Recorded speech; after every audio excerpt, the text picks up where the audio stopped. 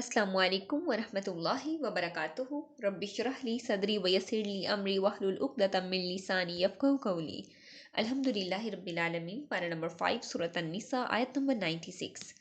अऊज़ु बिल्लाहि मिनश शैतानिर रजीम। बिस्मिल्लाहिर रहमानिर रहीम।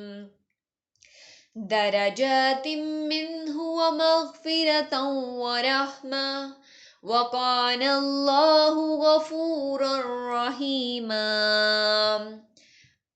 अपनी तरफ से दर्जात और मग़फ़िरत और रहमत की, और अल्लाह रब्बुल इज़्ज़त हमेशा से बेहद बख्शने वाला, नहायत रहम फरमाने वाला है। यहाँ पर अल्लाह रब्बुल इज़्ज़त ने मुजाहिदीन की कदरदानी किस तरह की, बैठने वालों के मुकाबले में जो मुजाहिदीन हैं, जो अल्लाह रब्बुल इज़्ज़त की राह में जिहाद करने के लिए निकले, उनको किस तरीके से दर्जात में बरतरी अता फरमाई, गलतियों और गुनाहों की मुआफ़ी का ऐलान।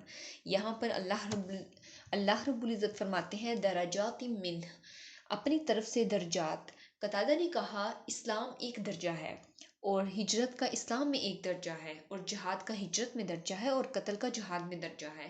अबू सईद खुदरी रज़ी अल्लाह तआला अन्हु ने बयान किया कि अर्ज़ किया, या रसूलुल्लाह सल्लल्लाहु अलैहि वसल्लम, कौन सा शख्स सबसे अफजल है? आप सल्लल्लाहु अलैहि वसल्लम ने फरमाया, जो अल्लाह रब्बुल इज़्ज़त के रास्ते में जान और माल से जहाद करे। सहाबा ने पूछा, इसके बाद कौन है?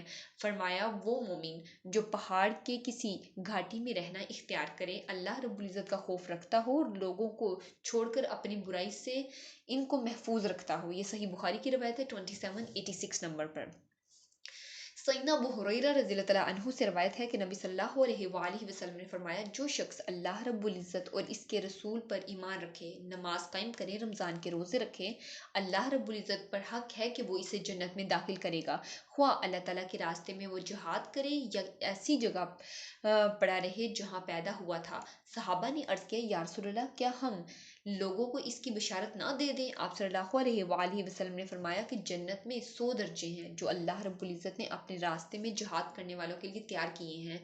इनके 2 दर्जों में इतना फासला है जितना आसमान और ज़मीन में है। इसलिए जब अल्लाह रब्बुल इज़्ज़त से मांगना हो तो जन्नतुल फिरदौस मांगो, क्योंकि वो जन्नत का सबसे दरमियानी दर्जा है और जन्नत के सबसे बुलंद दर्जे पर है। यहया बिन सालिया ने कहा कि मैं समझता हूँ यूं कहा कि अपने परवरदिगार का अर्श, और वहीं से जन्नत की नहरें निकलती हैं। मोहम्मद बिन फली ने अपने वालिद से फ़क़ल अर्शुर रहमान ही से रवायत की है। सही बुखारी की रवायत है 2790 नंबर पर।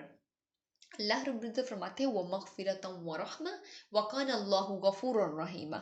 अल्लाह ताला की सिफ़त है जो मुस्तहिक़ हो, अल्लाह ताला इसकी ज़रूर मग़फ़िरत फरमाते हैं, और अल्लाह रब्बुल इज़्ज़त इस पे एहसान फरमाते हैं। अल्लाह ताला बेहद बख्शने वाला, नहायत मेहरबान है, यानी वो बंदों पर अपने फ़ज़ल से दरगुज़र करने वाला है, इनकी सज़ाओं को मुआफ़ करने वाला है।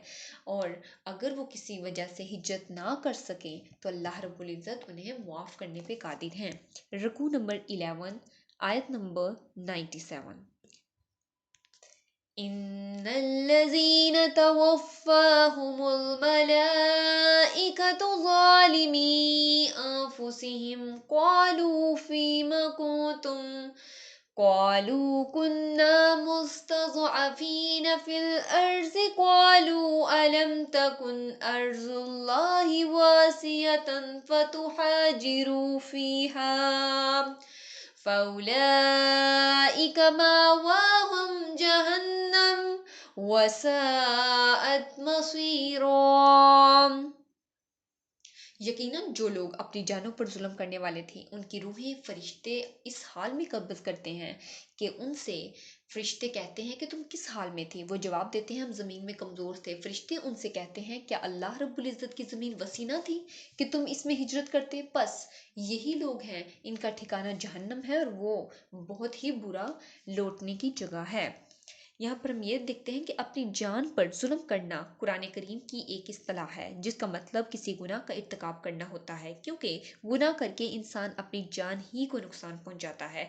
इस आयत में अपनी जानों पर जुल्म करने वालों से मुराद वो लोग हैं जिन्होंने कुदरत के बावजूद मक्का मुकरमा से मदीना मनवरा की तरफ हिजरत नहीं की थी। जब मुसलमानों के लिए हिजरत का हुक्म आ गया था तो मक्का में रहने वाले हर मुसलमान पर शरण फर्ज था کہ وہ مدینہ منورہ کی طرف ہجرت کرے، بلکہ اس کو ایمان کا لازمی تقاضا قرار دیا گیا تھا، اور اگر کوئی شخص قدرت کے باوجود ہجرت نہ کرتا تو اسے مسلمان قرار نہیں دیا جاتا تھا۔ اس آیت میں ایسے ہی بعض لوگوں کا ذکر ہے کہ جب فرشتے ان کے پاس ان کی روح قبض کرنے آئے تو ان کے ساتھ کیا مکالمہ ہوا، یعنی کہ فرشتوں کا بندوں کے ساتھ کیا مکالمہ ہوا۔ چونکہ یہ لوگ ہجرت کے حکم کی نافرمانی کرنے کی وجہ سے مسلمان نہیں رہے تھے، اس لیے ان کے بارے میں دوزخی ہونے کا اعلان کیا گیا۔ البتہ جو لوگ کسی مجبوری کی بنا پر ہجرت سے قاصر رہے، ساتھ ہی ان کا استثناء بھی کر دیا گیا کہ معذوری کی وجہ سے وہ قابل معافی ہیں۔ یہاں پر اللہ رب العزت فرماتے ہیں کہ اگر کوئی انسان ایسا ہے جو مجبوری کی وجہ سے ہجرت نہ کر سکا تو اللہ رب العزت اسے معاف کرنے پہ قادر ہیں۔ اس آیت میں ان لوگوں کے بارے میں حکم ہے کہ جو مکہ اور اس کے ارد گرد رہتے تھے، انہوں نے اسلام قبول کر لیا تھا لیکن ان لوگوں نے ہجرت نہیں کی تھی، یہاں تک کہ وہ ہجرت کی طاقت بھی رکھتے تھے لیکن وہ انہوں نے ہجرت نہیں کی۔ اہل مکہ ان پر سختیاں کرتے رہے، مظالم ڈھاتے رہے، اذیتوں میں انہیں مبتلا کرتے رہے، یہاں تک کہ دین اسلام سے انہیں پھیر دیا گیا۔ بعض لوگ تو یہ کر کے یعنی کہ اپنے ایمان کو چھپا کر کفر کا اظہار کر رہے تھے، یہاں تک کہ ان لوگوں پر جو کافر لوگ تھے جو ان لوگوں پہ ظلم کرتے تھے، ان لوگ مسلمانوں کو طرح طرح کی اذیتوں میں مبتلا کر رہے تھے۔ مکہ میں کچھ ایسے لوگ بھی تھے جو ہجرت کرنے پہ قدرت نہیں رکھتے تھے، ان میں بچے تھے، بوڑھے تھے، عورتیں تھیں، وہ بھاگنا بھی چاہتے تھے لیکن وہ لوگ نہیں بھاگ پا رہے تھے۔ تو اللہ رب العزت فرماتے ہیں کہ اس سچویشن میں انہیں رخصت ہے کہ جب وہ پوری کوشش کر رہے ہیں لیکن وہ نہیں جا پا رہے ہیں تو اللہ تعالیٰ معاف کرنے پہ قادر ہے۔ لیکن جو اتھارٹی رکھتے ہیں، جو جا سکتے ہیں، جو طاقت رکھتے ہیں جانے کی، مکہ سے مدینہ ہجرت کرنے کی طاقت رکھ رہے ہیں لیکن وہ پھر بھی نہیں جا رہے، تو اللہ رب العزت یہاں پر فرما رہے ہیں کہ جو ان کا ٹھکانہ ہے وہ جہنم ہے اور وہ بہت ہی بری لوٹنے کی جگہ ہے۔ اللہ رب العزت سے دعا ہے کہ اللہ رب العزت ہمیں دین کا سچا فہم نصیب فرمائے، اس پہ خود بھی عمل کرنے اور دین کا پیغام لوگوں تک پہنچانے کی توفیق عطا فرمائے۔ آمین۔ وآخر الدعوانا ان الحمد للہ رب العالمین۔ سبحانک اللہم وبحمدک، نشہد ان لا الہ الا انت، نستغفرک ونتوب الیک۔ السلام علیکم ورحمۃ اللہ وبرکاتہ۔